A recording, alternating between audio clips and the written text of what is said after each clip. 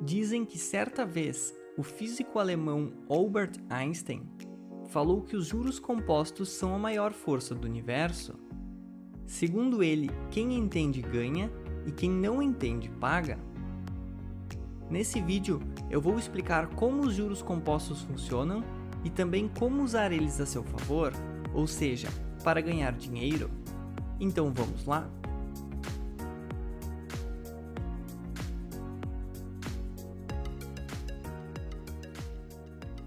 Primeiramente, o que são os juros compostos? Eles são os juros que incidem não somente sobre o capital inicialmente emprestado ou investido, mas também sobre os juros acumulados anteriormente sobre esse capital. Em outras palavras, são os juros sobre juros. A grande diferença dos compostos para o simples é que no simples o valor dos juros sempre permanece o mesmo. Por exemplo, imagine que você tenha R$10.000 para investir e encontre um investimento que te pague 1% ao mês. Ao final do primeiro mês, os seus rendimentos serão de R$100. Agora você terá que decidir entre sacar ou reinvestir os seus ganhos. Caso opte por todos os meses sacar os R$100, você continuará recebendo somente R$100 todos os meses e ao final do período terá somente os R$10.000 inicialmente investidos. Esses são os juros simples. Todos os meses você recebe a mesma quantia de juros, todas elas sobre o valor inicialmente investido. Agora vamos imaginar que você opte por reinvestir os seus ganhos. Ao final do primeiro mês, você vai receber os mesmos R$100.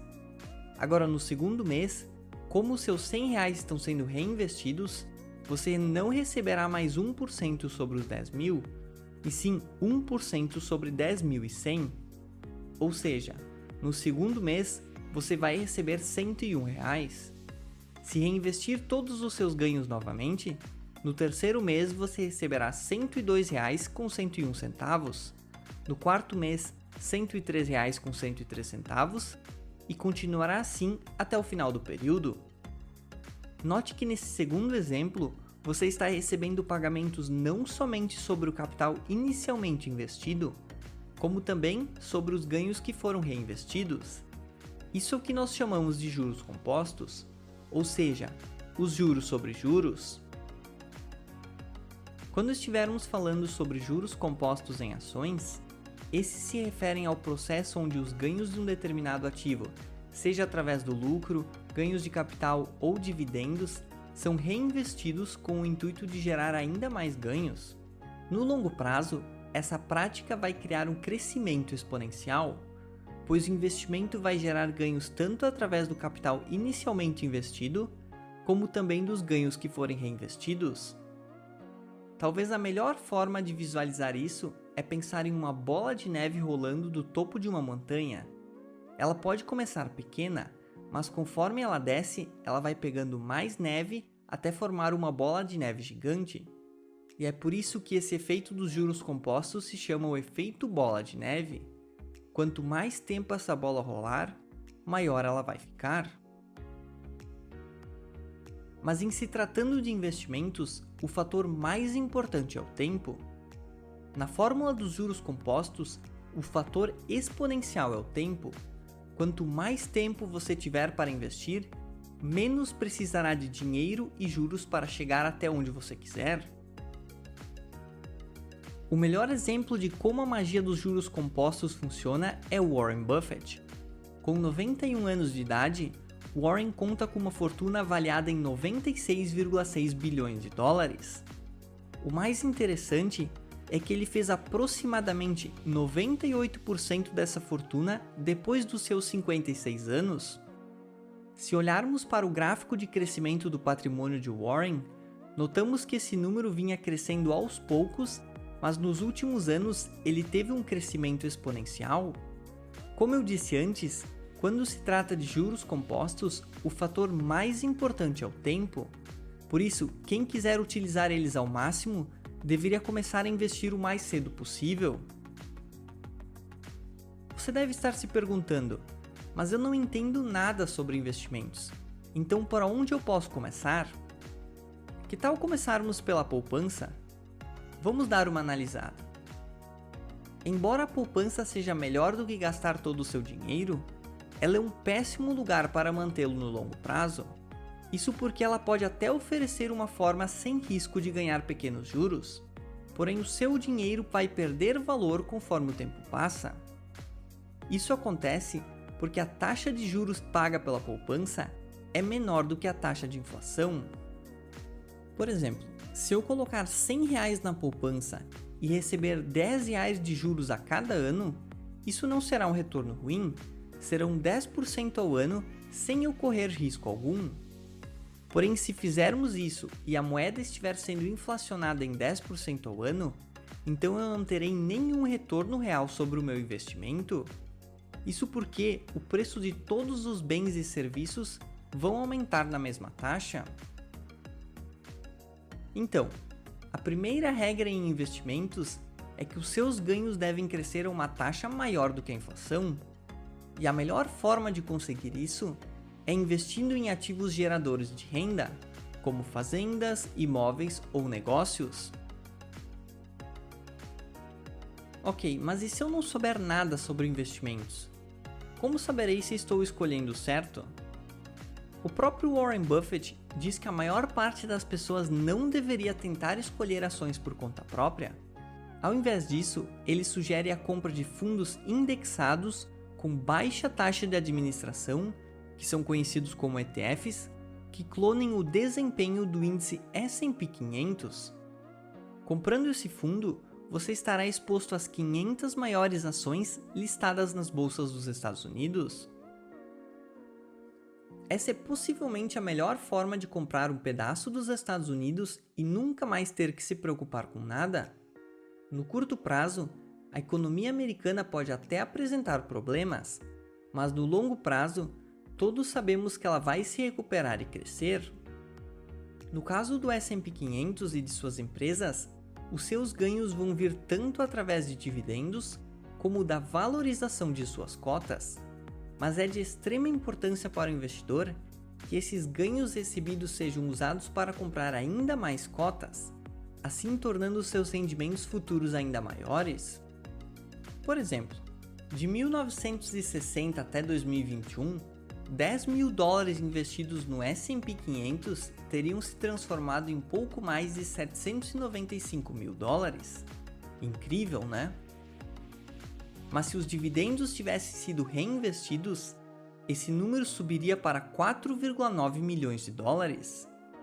É absurdo como o simples ato de reinvestir os seus ganhos gerou um efeito bola de neve que computa por 84% dos ganhos. Você pode ver que a história se repete, da mesma forma que no caso de Warren Buffett, no início esse número vinha crescendo aos poucos, mas nos últimos anos teve um crescimento exponencial. Obviamente a inflação também ajudou nesse aumento. Algo que custava $10 mil em 1960, hoje custa aproximadamente $90 mil. Mas de qualquer forma, o crescimento das 500 maiores empresas americanas superou e muito o da inflação. Mas como será que um investimento no S&P 500 durante os próximos 21 anos se sairia? Vamos fazer alguns cálculos. Para esse cálculo, eu vou usar o fundo indexado do S&P 500 da Vanguard, ticket VOO. Com base no passado, esse índice teve um desempenho de aproximadamente 10% ao ano. Mas para o nosso cálculo ficar mais conservador, eu vou usar uma taxa de crescimento de 5% para as ações e 5% para os dividendos. Não podemos esquecer que, infelizmente, nos Estados Unidos existe um imposto sobre os dividendos, que vai variar conforme a renda de cada pessoa.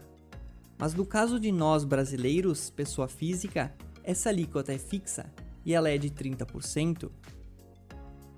Assumindo tais taxas de crescimento, um preço por ação inicial de aproximadamente $350, um dividendo por ação de $5,44 e também investimentos contínuos de $1.000 por ano durante 21 anos, nós temos os seguintes resultados. Nós temos um custo total de $21 mil, que são os $1.000 anuais investidos durante 21 anos.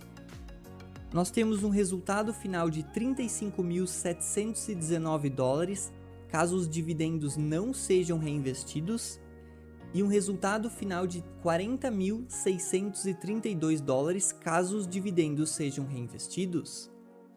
Isso é uma diferença de aproximadamente 13,8% para quem optar por reinvestir os dividendos. Mas se ao invés de investirmos $1.000 por ano, tivéssemos investido $21.000 de uma vez só, nesse caso, o nosso custo inicial também seria de $21.000. A grande diferença estaria em nossos resultados. Agora nós teríamos $55.719 caso reinvestíssemos os dividendos e $69.137 caso reinvestíssemos os dividendos. Isso é uma diferença de 24%. Agora nós começamos a ver o efeito dos juros compostos trabalhando a nosso favor. Mas por que tanta diferença? Como eu disse no início desse vídeo, o fator mais importante quando se trata de juros compostos é o tempo. Em nosso segundo exemplo, nós deixamos $21.000 rendendo juros por 21 anos seguidos, enquanto em nosso primeiro exemplo, o nosso dinheiro foi investido de pouco a pouco no decorrer de 21 anos, por isso teve menos tempo para render juros. O bom dessa estratégia de investir em ETFs é que você não precisa saber basicamente nada sobre ações, só precisa entender que deve ser consistente, reinvestir os seus ganhos, acreditar no futuro dos Estados Unidos e deixar o tempo e os juros compostos fazerem o seu trabalho.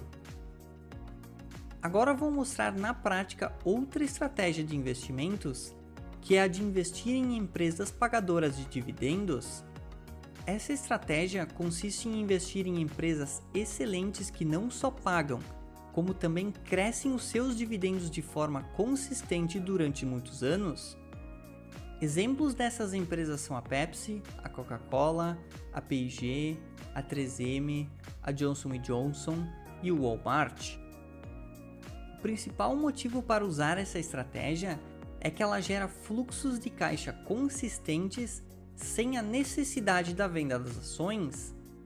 Outro ponto importante é que essas empresas, que são conhecidas como as Dividend Aristocrats, geralmente possuem um dividend yield maior do que o S&P 500. Agora eu vou mostrar para vocês mais uma vez na prática, mas dessa vez usando as ações da Pepsi. Nós vamos buscar a taxa de crescimento média dos dividendos e das ações nos últimos 5 anos, que no caso da Pepsi é um crescimento de 6% para as ações e 7% para os dividendos. Também vou assumir o último dividendo pago pela empresa de $4,6. Novamente, eu vou simular um cenário onde investimos $1.000 de forma contínua todos os anos durante 21 anos e também um investimento único de $21.000. No cenário onde investimos de forma consistente $1.000 por mês durante 21 anos, teremos o resultado de $39.992 caso os dividendos não sejam reinvestidos, e caso a gente reinvista os dividendos, esse valor sobe para $52.121. Isso é uma diferença de 30,3%. Já no cenário onde investimos uma única vez os $21.000, nós teremos $67.349 caso os dividendos não sejam reinvestidos, e caso a gente reinvista eles, esse número sobe para $102.171. Isso é uma diferença de 51%. Se compararmos com o exemplo do S&P 500, a diferença nesse caso fica muito maior. Isso acontece porque o dividendo pago pelas ações da Pepsi é bem superior ao pago pelo índice das 500 maiores empresas americanas. Agora, se mudarmos o tempo desses investimentos para 36 anos, no cenário onde investimos uma única vez os $21.000, nós teríamos aproximadamente $161.407 sem os dividendos reinvestidos, e caso a gente reinvista os dividendos, esse número sobe para $353.601. e ainda estaríamos recebendo todos os anos dividendos de aproximadamente 9.116 dólares. Isso é incrível, porque mesmo que você tenha que sacar os seus ganhos, poderá fazer sem a necessidade de vender os seus ativos. Vale ressaltar que isso é somente uma simulação. Os seus ganhos podem variar conforme impostos e também desempenho das empresas. E para finalizar, eu vou citar uma frase de Charlie Munger, o sócio de Buffett, que diz o seguinte: a melhor coisa que um ser humano pode fazer é ajudar outro ser humano a saber mais. Se vocês acharam esse vídeo interessante, compartilhem ele com um amigo, deixem o like e também não se esqueçam de se inscrever no canal, assim não perderão os próximos vídeos. Até a próxima!